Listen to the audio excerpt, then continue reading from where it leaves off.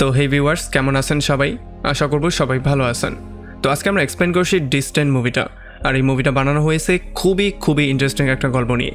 আসলে একবার চিন্তা করুন, যদি আপনি ভুলে এমন একটা জায়গায় আটকা পড়ে যান যেই জায়গা সম্পর্কে আপনি কিছুই জানেন না, তাছাড়া এখানে অদ্ভুত রকমের কিছু প্রাণী এসে আপনার উপরে আক্রমণ করা শুরু করে, তাহলে ব্যাপারটা কতটা ভয়ঙ্কর হতে পারে, সেখানে কিভাবে আপনি সার্ভাইভ করবেন, সেই সমস্ত ব্যাপারটাই দেখবো আজকের এই ভিডিওতে। তো চলুন কথা না বাড়িয়ে শুরু করি আজকের ভিডিও। তো এই গল্পে শুরু হয় বোরাইলিস নামের একটা মাইনিং স্পেসশিপ থেকে, যেখানে আমরা দেখতে পারি কিছু শ্রমিক ক্রাইপডের মধ্যে শুয়ে এই ভ্রমণটা করছিল। আসলে ক্রাইপড হচ্ছে গিয়ে এমন একটা জিনিস যেটার মধ্যে আপনি যতদিন ঘুমিয়েই পার করেন না কেন, আপনার বয়সের উপরে এটার কোনো ছাপ পড়বে না, মানে আপনার বয়স বৃদ্ধি পাবে না। তবে তখনই হঠাৎ করে একটা অ্যাস্ট্রয়েড তার রাস্তা পরিবর্তন করে ফেলে, যেটা কিনা দ্রুত গতিতে এই স্পেসশিপের দিকে আসা শুরু করে। আর খুব শীঘ্রই আমরা দেখতে পারি এটা স্পেসশিপকে ধাক্কা দিয়ে পুরো গুঁড়ো করে ফেলে। আর তখন ক্রায়োপডগুলো নিজের সেফটির জন্য অটোমেটিকলি স্পেসশিপ থেকে আলাদা হয়ে এদিক সেদিক ছড়িয়ে পড়া শুরু করে। আর এটার মধ্যে যে এআই সিস্টেম ছিল, যেটার নাম ছিল লেনার্ডো, সেইটা সমস্ত এমপ্লয়ীদেরকে জাগানোর ট্রাই করা শুরু করে, যাতে করে তাদের সেফটির জন্য তারা কোনো পদক্ষেপ নিতে পারে। যখনই অ্যাস্ট্রয়েডটা এসে স্পেসশিপকে ধাক্কা মারে, তখনই অ্যান্ডি নামের একটা কর্মচারীর ঘুম ভেঙে যায়। তবে লিওনার্দো তাকে শান্ত থাকার জন্য বলে, আর তার সেফটির জন্য সমস্ত পদক্ষেপ সে নেয়।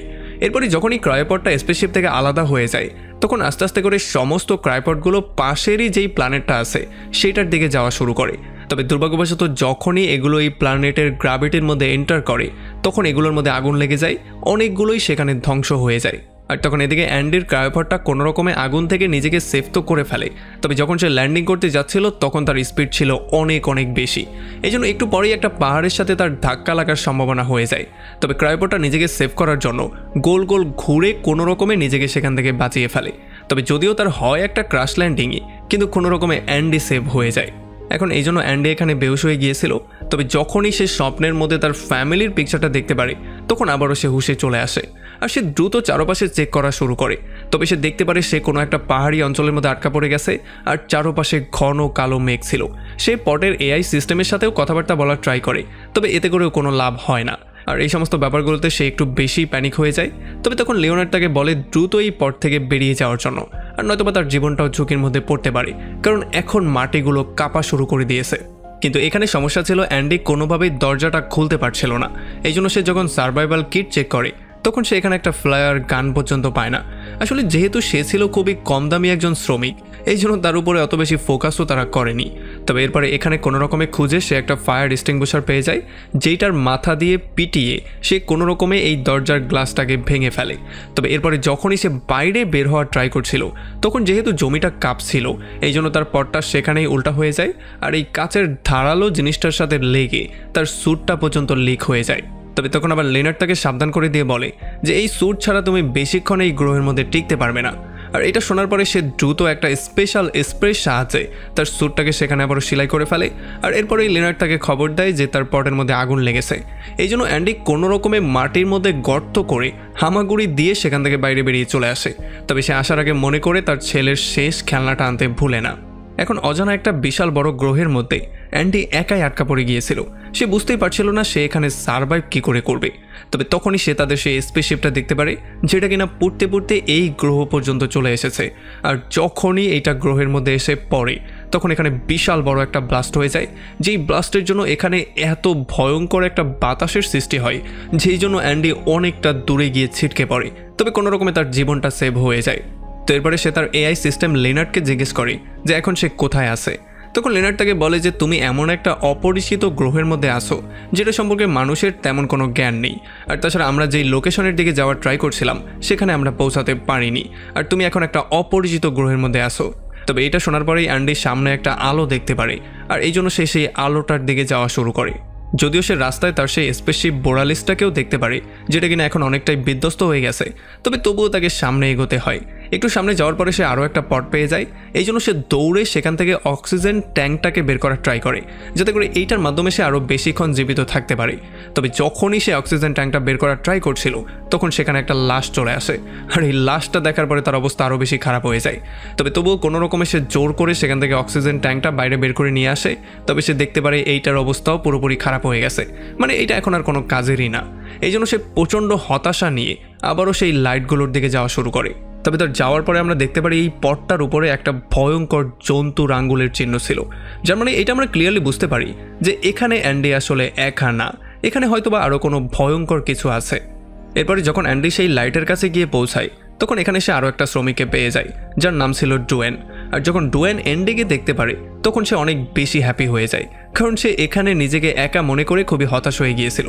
তবে এরপরে আবার ডুয়ান এক্সপ্লেন করে অ্যান্ডিকে এটা বলে যে তাদের কোম্পানি আসলে টাকা বাঁচানোর জন্য শর্টকাট রাস্তা দিয়ে যাওয়ার ট্রাই করেছিল, তবে সেখানে অ্যাস্ট্রয়েড থাকার জন্য তাদের সাথে সংঘর্ষ হয়ে গিয়েছিল, যেই জন্যই তাদেরকে এখন এখানে ফাঁসতে হয়েছে। আর এখানে কথাবার্তার মধ্যে তারা এটাও জানতে পারে যে তাদের কাছে খাবার দাবারের মতো তেমন কোনো জিনিসই নেই, তারা এখানে চাইলেও বেশি দিন সার্ভাইভ করতে পারবে না। আসলে যেহেতু ডুয়েন এই স্পেসশিপের কমিউনিকেশন বিভাগের মধ্যে কাজ করত, এই জন্য সে এখন একটা কমিউনিকেশন ডিভাইসের সাহায্যে পৃথিবীতে যেই কোনো ওয়েতে একটা সিগন্যাল পাঠানোর ট্রাই করছিল, মানে এই সিগন্যালের মাধ্যমে সে সাহায্য চাওয়ার ট্রাই করছিল। এখানে ডুয়েন তাকে বলে যে যদি আমি সিগন্যালটা সঠিকভাবে পাঠিয়েও দেই তবুও এই সিগন্যালটা পৃথিবীতে পৌঁছাতে প্রায় 8 মাসের মতো সময় লাগবে, আর যদি তারা সবচেয়ে ফাস্ট রেস্কিউ টিমও আমাদের এখানে পাঠানোর ট্রাই করে তবুও এটা আসতে প্রায় 2 বছর সময় লাগবে। সো যদি আমাদেরকে জীবিত থাকতে হয় তাহলে আমাদেরকে আমাদের স্পেসশিপের অন্য যেই পার্টটা আছে সেটাকে এই প্ল্যানেটের মধ্যে যেই কোনো ওয়েতে খুঁজে বের করতে হবে, কারণ বাকি সময়টা আমরা সেখানেই পার করতে পারবো, কারণ সেখানেই আমাদের জন্য খাবার দাবার ও বাকি জিনিসপত্র আছে। তো এখন এই সমস্ত ব্যাপারগুলো শোনার পরে বেচারা অ্যান্ডির অবস্থা প্রচণ্ড খারাপ হয়ে গিয়েছিল, সে খুবই আপসেট হয়ে গিয়েছিল। তবে তখন ডুয়ান এসে তাকে একটু মোটিভেট করে আর তাকে নানান কথা বলে একটু সাহস দেওয়ার ট্রাই করে। তবে এরপরে যখনই অ্যান্ডি পেছন দিকে একটু যাওয়ার ট্রাই করছিল তখনই ডুয়ানের একটা তার তার পায়ে লেগে খুলে যায়, আর যখনই সে এই তারটাকে লাগানোর জন্য নিচু হয় তখন এক পলকের মধ্যেই একটা ভয়ঙ্কর জন্তু এসে ডুয়ানকে উঠিয়ে নিয়ে যায়। বেচারা অ্যান্ডি কিছু বুঝতেই পারে না যে এখানে কি হয়ে গেল, আর যখন সে তারটা লাগিয়ে পেছন দিকে ঘুরে তখন সে দেখতে পারে ডুয়ান এখানে নেই, ডুয়ান যেন কোথায় গায়েব হয়ে গেছে। সে তো বুঝতেই পারছিল না ডুয়ান কোথায় চলে গেছে, তবে তবুও সে কোনো রকমে পৃথিবীতে একটা সিগন্যাল পাঠিয়ে দেয়, আর এরপর সে ডুয়ানের সেই বন্দুকটা নিয়ে একাই বেরিয়ে পড়ে সেই স্পেসশিপটার অন্য পার্টটাকে খুঁজে বের করার জন্য। তো এরপরে কিছুটা দূরে যাওয়ার পরে অ্যান্ডির অক্সিজেন ট্যাঙ্ক পুরোপুরি খালি হওয়ার অবস্থা হয়ে যায়, মানে তার অক্সিজেন অল্প একটুই বাকি ছিল। তবে তবুও সে সাহস করে সামনের দিকে এগিয়েই যাচ্ছিল, কিন্তু একটু পরেই সে আরও একটা ভিন্ন আওয়াজ শুনতে পারে। আসলে এটা ছিল নায়োমি নামের একটা মেয়ের আওয়াজ, আর সে তাকে বলে যে আমার পাটা পটের নিচে আটকা পড়ে গেছে, সো প্লিজ আমাকে তুমি একটু সাহায্য করো। আর এরপর সে তাকে তার লোকেশনও পাঠিয়ে দেয়। তবে এই লোকেশন দেখার পরে লিওনার্ডো তাকে সাবধান করে দিয়ে বলে যে সে যেই লোকেশনটা দিয়েছে, মানে নায়োমি যেখানে আছে সেটা তার মতে খুবই ভয়ঙ্কর একটা এরিয়া, কারণ সেখানের অবস্থা প্রচণ্ড খারাপ হয়ে আছে, সেখানে চারপাশে তুমি ভালো করে কিছু দেখতেও পারবে না, আর তাছাড়া সেই জায়গাটা এতটাই দূরে যে সেখানে যেতে যেতে তোমার সমস্ত অক্সিজেন শেষ হয়ে যাবে। এই জন্য লিওনার্ডো তাকে পরামর্শ দিয়ে বলে যে তুমি দ্রুত সেই স্পেসশিপের দ্বিতীয় পার্টটা খুঁজে বের করার ট্রাই করো, আগে সেখানে গিয়ে তোমার অক্সিজেনকে রিফিল করে তারপর তুমি তাকে সাহায্য করার ট্রাই করো। তবে এদিক দিয়ে বারবার করে নায়োমিও চিল্লাচিল্লি করছিল, সে বারবার করে তার কাছে সাহায্য চাইছিল, আর সে তাকে বলছিল যে তার যেই ট্যাঙ্ক আছে সেটার মধ্যে তাদের দুজনের জন্যই অক্সিজেন রয়ে গেছে। এই জন্য ফাইনালি বেচারা অ্যান্ডিও রাজি হয়ে যায়, আর সে তাকে সাহায্য করার জন্য দৌড়ে যাওয়া শুরু করে। এখন এমন করেই কয়েক ঘন্টা হাঁটার পরে অ্যান্ডি দেখতে পারে তার চারপাশটা অন্ধকার হয়ে গেছে, কারণ এই জায়গাতে রাত হয়ে গিয়েছিল। এখন রাতের মধ্যে সে তো ভালো করে কিছু দেখতেই পারছিল না, তার উপরে আরও বড় সমস্যা ছিল তার কাছে অদ্ভুত কিছু মনে হচ্ছিল, তার কাছে মনে হচ্ছিল কেউ একজন তাকে ফলো করছে। এই জন্য সে লিওনার্ডকে অর্ডার করে দ্রুত এই জায়গাটাকে স্ক্যান করার জন্য। তবে আসলে লিওনার্ড ছিল খুবই পুরনো একটা এআই মডেল, যেটাকে কিনা কোম্পানির টাকা বাঁচানোর জন্য ইউজ করছিল, এই জন্য এই কাজটা এই এআই মডেল করতেই পারছিল না, আর এই জন্য বাধ্য হয়ে বেচারা অ্যান্ডিকে সামনের দিকেই আগানো শুরু করতে হয়। তবে তখন সে নায়োমির সাথে বিভিন্ন রকমের কথাবার্তা বলা শুরু করে, আর সে ডুয়ানের গায়েব হওয়া সম্পর্কেও তার সাথে শেয়ার করে। সে চিন্তা করছিল ডুয়ানকে কে গায়েব করেছে, আর তাছাড়া ডুয়ানের সাথে কী এমন হয়েছিল। তবে তখনই অন্ধকারের মধ্যে সে আবারও কিছু একটা ফিল করতে পারে, তার মনে হচ্ছিল কেউ তাকে ফলো করছে। আর যখন সে ভালো করে চারপাশটা চেক করে তখন এখানে সে অদ্ভুত রকমের কিছু পায়ের চিহ্ন পেয়ে যায়, আর এই পায়ের চিহ্নগুলোকে আস্তে আস্তে ফলো করতে করতে সে সোজা চলে আসে একটা গর্তের কাছে। আসলে এই গর্তটা পুরোপুরি মাকড়সার জাল দিয়ে কাভার করা ছিল, এই জন্য সে নায়োমিকে এই ব্যাপারটা জানায়। সে বলে যে হয়তোবা এখানে এলিয়েন মাকড়সা থাকলেও থাকতে পারে, এই জন্য সে দ্রুত সেখান থেকে চলে যাওয়া শুরু করে, কারণ সে বুঝতে পেরেছে তার উপরে যেই কোনো সময় আক্রমণ হতে পারে। তবে যখন সে সামনের দিকে এগোচ্ছিল তখন এই চারপাশটায় সে এইরকম মাকড়সার জাল দেখতে পাচ্ছিল। এখন যখন সে হাঁটতে হাঁটতে নায়োমির সঙ্গে কথাবার্তা বলছিল তখন নায়োমি তাকে জিজ্ঞেস করে যে তুমি এরকম ভয়ঙ্কর কাজ করার জন্য কেন রাজি হলে। আর তখনই অ্যান্ডের মনে পড়ে যায় তার ওয়াইফ আর তার ছেলের সাথে কাটানোর সুন্দর মুহূর্তগুলো। আর এরপর সে নায়োমিকে বলে যে আসলে আমার ওয়াইফ আর আমার ছেলে আমাকে ছেড়ে চলে গিয়েছিল, এই জন্য বাধ্য হয়ে আমার কাছে আর করার মতো কিছুই ছিল না, এই জন্যই এই কাজটা আমি চুজ করেছি। তবে তখনই সে এখানে কারোর শব্দ শুনতে পারে, এই জন্য সে ভয়ে চারপাশে চেক করা শুরু করে। তবে তখন লিওনার্ড তাকে বলে যে তোমার চারপাশে অনেকগুলো ট্র্যাকার আছে, আর সবচেয়ে ভয়ঙ্কর ব্যাপার হচ্ছে এই ট্র্যাকারগুলো হচ্ছে তোমার সেই সমস্ত সহকর্মীদের যাদের মৃত্যু কিনা আগেই হয়ে গিয়েছিল। আর এই জন্য অ্যান্ডি দ্রুত ট্র্যাকারের কাছে গিয়ে এখানে ফ্লায়ার গান দিয়ে একটা শ্যুট করে দেয়, যাতে করে এইটার আলোতে সে এখানে চারপাশটা ভালো করে দেখতে পারে। তবে এই ফ্লায়ার গানের আলোতে সে যেটা দেখতে পারে সেটা দেখার পরে অ্যান্ডির অবস্থা পুরোপুরি খারাপ হয়ে যায়। সে দেখতে পারে এখানে ভয়ঙ্কর রকমের বিশাল বড় বড় মাকড়সা ছিল, যাদের লেজগুলো কিনা ছিল ডাইনোসরের চেয়ে বড়, যেগুলো কিনা তাকে ধরার জন্য খুব দ্রুত তার দিকে এগোচ্ছিল। এই জন্য অ্যান্ডি সেখান থেকে দৌড়ে পালিয়ে যাওয়ার সিদ্ধান্ত নেয়। তবে মাকড়সাগুলোও তাকে ফলো করে তার পেছনেই চলে আসে, আর অ্যান্ডিও দৌড়ে পালানো শুরু করে। তবে তখনই ভুল করে সে একটা গর্তের মধ্যে পড়ে যায়, আর এই বিশাল বড় গর্তটার মধ্যে পড়ার পরে কিভাবে যেন অ্যান্ডির সমস্ত কিছু ঠিকঠাক রয়ে যায়, আর সে জীবিতও রয়ে যায়। এই মাকড়সাটা দূর থেকে দাঁড়িয়ে বারবার করে চিৎকার করছিল, তবে কোনোভাবেই অ্যান্ডিকে ধরার জন্য নিচে লাফ দিচ্ছিল না। আর এই জন্য অ্যান্ডি নায়োমিকে এই মাকড়সার সম্পর্কে সমস্ত ব্যাপারগুলো বলে, আর এখান থেকে সে চলে যাওয়ার ট্রাই করে। আসলে যেই ট্র্যাকারগুলো সে দেখতে পাচ্ছিল সেগুলো ছিল তার সহকর্মীদের ট্র্যাকার, যাদেরকে কিনা এই মাকড়সা খেয়ে ফেলেছিল, যেই জন্য এখন তার পেটের মধ্য থেকে এই ট্র্যাকারগুলোর সিগন্যাল আসছে। এখন অ্যান্ডি দেখতে পারে খুবই দ্রুত গতিতে তার স্যুট থেকে অক্সিজেন লিক করছিল, এই জন্য সে সেই স্প্রের সাহায্যে আবারও তার অক্সিজেনটা ঠিক করে। আর এরপরে যখনই সে সামনের দিকে যাওয়ার ট্রাই করছিল তখনই সে ডুয়ানের শব্দ শুনতে পারে। আসলে ডুয়ান এখন পর্যন্ত জীবিত ছিল, আর সে তাদেরকে বলে যে এখন পর্যন্ত সে সেই মাকড়সাগুলোর সঙ্গে ফাইট করছে। এই জন্য নায়োমি তাকে বলে যাতে করে সে দ্রুত গিয়ে ডুয়ানকে সেভ করে। তবে এই পাহাড় থেকে নিচে গর্তের মধ্যে পড়ার জন্য এখন অ্যান্ডির জিপিএস সিস্টেমটা কাজ করা বন্ধ করে দিয়েছে। সে এখন কোনোভাবেই বুঝতে পারছে না ডুয়ান কোথায় আছে। এই জন্য নায়োমির নিজের জিপিএস ইউজ করে ডুয়ানের লোকেশনটা অ্যান্ডিকে দেয়, আর অ্যান্ডি সেটাকে ফলো করতে করতে সোজা চলে আসে ডুয়ানের কাছে। তবে এখানে আসার আগেই ডুয়ানকে চারপাশ থেকে এই সমস্ত মাকড়সাগুলো ঘিরে ধরেছিল। এখন ডুয়ান চিৎকার করে করে তাকে বলে যে তার কাছে একটা প্ল্যানিং আছে, তবে সেটাকে এক্সিকিউট করার আগেই একটা মাকড়সা এসে তার উপরে আক্রমণ করে দেয়। আর এটা দেখার পরে অ্যান্ডি দৌড়ে তার কাছ পর্যন্ত যাওয়ার ট্রাই করলেও সে ভয়ে একটা পটের পেছনে লুকিয়ে পড়ে, আর এই মাকড়সাটা খুবই ভয়ঙ্কর ওয়েতে ডুয়ানকে একেবারে ছিঁড়ে বিড়ে খেয়ে ফেলে। এখন যেহেতু অ্যান্ডিও এখানে লুকিয়েছিল, একটা মাকড়সা তারও স্মেল পেয়ে যায়, এই জন্য সে আস্তে আস্তে করে তাকেও ধরার জন্য চলে আসে। তবে তখন নায়োমি বুদ্ধি করে অন্য একটা পডের লাইট অন করে দেয়, যেই জন্য সেই মাকড়সাটা সেই পডের উপরে গিয়ে আক্রমণ করে দেয়, আর এই সুযোগে অ্যান্ডি অন্য একটা পডের মধ্যে লুকিয়ে পড়ে। তবে তখন সে দেখতে পারে সেখানেও একটা ভয়ঙ্কর লাশ ছিল, এই জন্য সে নায়োমিকে রিকোয়েস্ট করে যাতে করে তার পডের লাইটটাকে বন্ধ করে দেওয়া হয়। তবে নায়োমি একসাথে সমস্ত পডের লাইটগুলোকে অন করে দেয়, যেই জন্য এখানে মাকড়সাগুলো সমস্ত পডগুলোতে আক্রমণ করা শুরু করে, মানে তারা পাগলের মতো এদিক সেদিক ছোটাছুটি করা শুরু করে। আর এই সুযোগটা নিয়ে অ্যান্ডি কোনো রকমে সেখান থেকে পালিয়ে চলে আসে। তবে তবুও একটা মাকড়সা তাকে ফলো করে তাকে মারতে আসছিল। তবে অ্যান্ডিও দৌড়াতে দৌড়াতে এমন একটা জায়গায় চলে আসে যেখানে চারপাশে শুধু ধোঁয়া আর ধোঁয়া ছিল, এই জন্য মাকড়সারা ভয় পেয়ে সেখানেই দাঁড়া হয়ে যায়, আর অ্যান্ডি এই ধোঁয়ার মধ্যে কোনো একটা জায়গায় হারিয়ে যায়। অ্যান্ডি যখন সেখান থেকে দৌড়াচ্ছিল তখন সে প্রচণ্ড ভয় পেয়ে নায়োমিকে বারবার করে সেখান থেকে বের হওয়ার জন্য বলছিল, তবে নায়োমির পা এখন পর্যন্ত সেখানেই আটকা পড়েছিল। এই জন্য নায়োমি প্রচণ্ড ভয় পেয়ে যায়, আর অ্যান্ডির সাথে উল্টাপাল্টা রকমের কথা বলা শুরু করে। এই জন্য অ্যান্ডি তাকে কুল ডাউন করার জন্য সে তাকে এখানে একটা গান গেয়ে শোনায়। আসলে পৃথিবীতে থাকতে সে তার ওয়াইফকে মাঝে মধ্যেই এই গানটা গেয়ে শোনাতো, আর এটা শোনার পরে নায়োমিও একটু কুল ডাউন হয়। আর তখন নায়োমিও তাকে ইনফরমেশন দিয়ে বলে দেয় যে আসলে ডুয়ানেরও মৃত্যু হয়ে গেছে, আর এখন এই পুরো পৃথিবীর মধ্যে যেই দুইজন মানুষ বেঁচে আছে তারা হচ্ছে আমি আর তুমি। এখন অ্যান্ডি যখন এখান দিয়ে হাঁটছিল তখন সে বারবার করে চিন্তা করছিল যে সেই মাকড়সাগুলো তাকে ফলো করা কেন বন্ধ করে দিল। আর এগুলো যখন সে চিন্তা করছিল তখনই তার সামনে এখানে কিছু জোনাকি পোকা চলে আসে, যেগুলো কিনা খুবই সুন্দর ছিল। আর যখনই সে এগুলোর দিকে তাকিয়েছিল তখন হঠাৎই জোনাকি পোকাগুলো রাগে লাল হয়ে যায়, আর তারা অ্যান্ডির উপরেই আক্রমণ করা শুরু করে। আর অ্যান্ডি কোনো রকমে তার জীবনটা নিয়ে সেখান থেকে দূরে চলে আসে। আর তখন নায়োমি তাকে বলে যে হয়তোবা এই জোনাকি পোকাগুলোকেই সেই মাকড়সাগুলো ভয় পায়, এই জন্য তারা আর এখানে আসেনি। তবে এই কথাবার্তার মধ্যেই হঠাৎই মাটির নিচ থেকে একটা বিশাল বড় জন্তুর মুখ বাইরে আসে, যেটা কিনা এক কামড়েই অ্যান্ডিকে গিলে ফেলে। আর যখন সে অ্যান্ডিকে পেটের মধ্যে নিচ্ছিল তখন অ্যান্ডির চোখের সামনে তার ছেলের পিকচারটা ভাসছিল। আর যখন সে তার পেটের মধ্যে চলে যায় তখন সে লিওনার্ডের কাছে বারবার করে সাহায্য চাওয়া শুরু করে। আর এই জানোয়ারের পেটের মধ্যের অংশটা দেখার পরে অ্যান্ডির মনে হচ্ছিল সে হয়তোবা এখানে বমি করেই মারা যাবে। তবে তখনই লিওনার্ড তাকে সেভ করার জন্য তার স্যুটের মধ্য থেকে বিষাক্ত একটা গ্যাস রিলিজ করে দেয়, যেই জন্য এই জন্তুটার পেটের মধ্যে জ্বালা পোড়া হওয়া শুরু হয়ে যায়। আর এই জন্য সে বমি করে তখনই অ্যান্ডিকে ছুঁড়ে ফেলে দেয়। আর যখন অ্যান্ডি সেখান থেকে দৌড়ে পালিয়ে যাওয়ার ট্রাই করছিল তখন সে গুহার মতো একটা জায়গার মধ্যে পড়ে যায়, যেটার মধ্যে কিনা লক্ষ লক্ষ জোনাকি পোকা ছিল। আর যখনই সমস্ত জোনাকি পোকা একসাথে তার উপর আক্রমণ করে দেয় তখন সে কোনো রকমের গুহার অন্য সাইডটা থেকে বাইরে বেরিয়ে চলে আসে।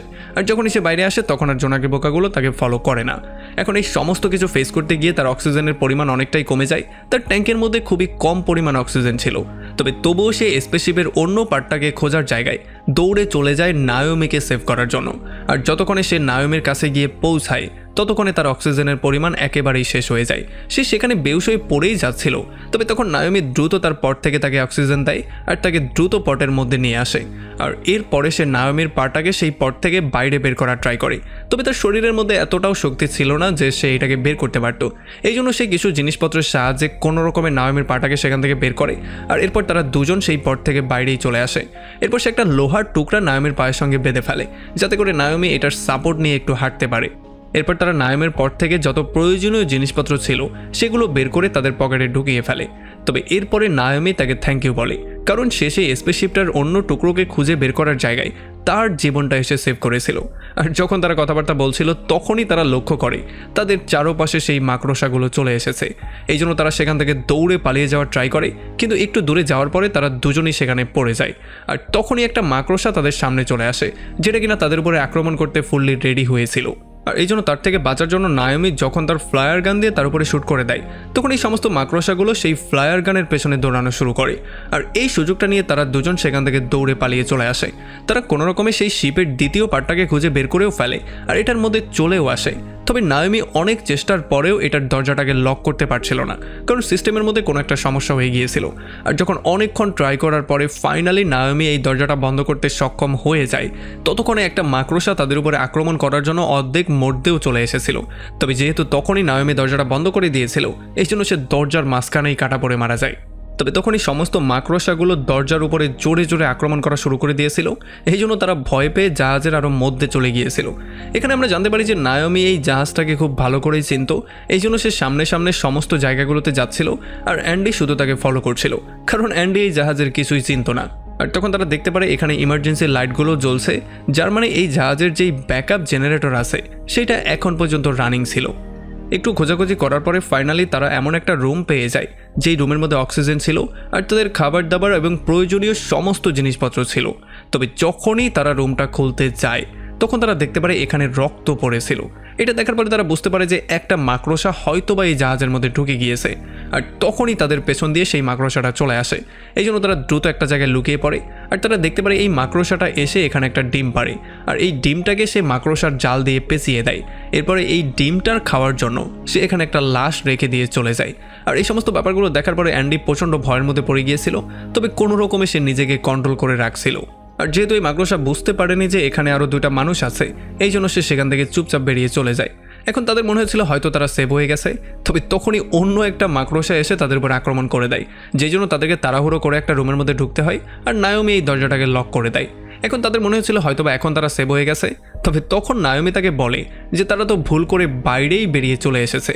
আর এইটা শোনার পরে অ্যান্ডির মাথায় এত বেশি গরম হয়ে যায় যে সে একটা লোহার রড নিয়ে দরজাটার মধ্যে পেটানো শুরু করে। তবে আসলে এগুলো করে কোনো লাভই হচ্ছিল না। আর যেহেতু এই রুমটার মধ্যে অক্সিজেন ছিল এই জন্য তারা দুজন হেলমেট খুলে ফেলে আর এখানে বসে কথাবার্তা বলা শুরু করে।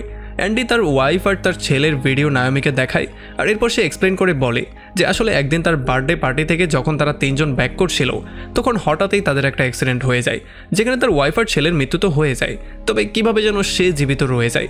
এই জন্য সে নিজেকে বারবার করে ব্লেম করা শুরু করে আর সে বলে যে আমার বেঁচে থাকাটা কোনোভাবে ঠিকই ছিল না। তবে তখন আবার নায়োমি তাকে বুঝিয়ে বলার ট্রাই করে যে তুমি আমার জীবনটাকে সেভ করেছো আর হয়তোবা এই জন্যই তোমাকে জীবিত রাখা হয়েছে, তোমার জীবিত থাকাটা ইম্পর্টেন্ট ছিল।